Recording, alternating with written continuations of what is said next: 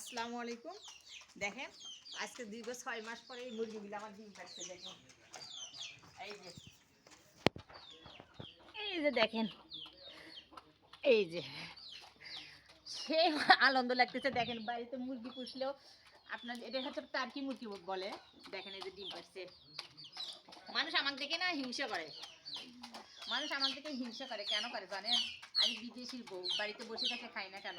ওই যে দেখেন আমার হাঁস, দেখেন এই দেখেন আমি কতগুলো হাঁসের বাচ্চা ফুটেছি। দেখেন এই যে এগুলো, আমার ছাগল আছে, আমার গরু আছে, আমার হাঁস আছে।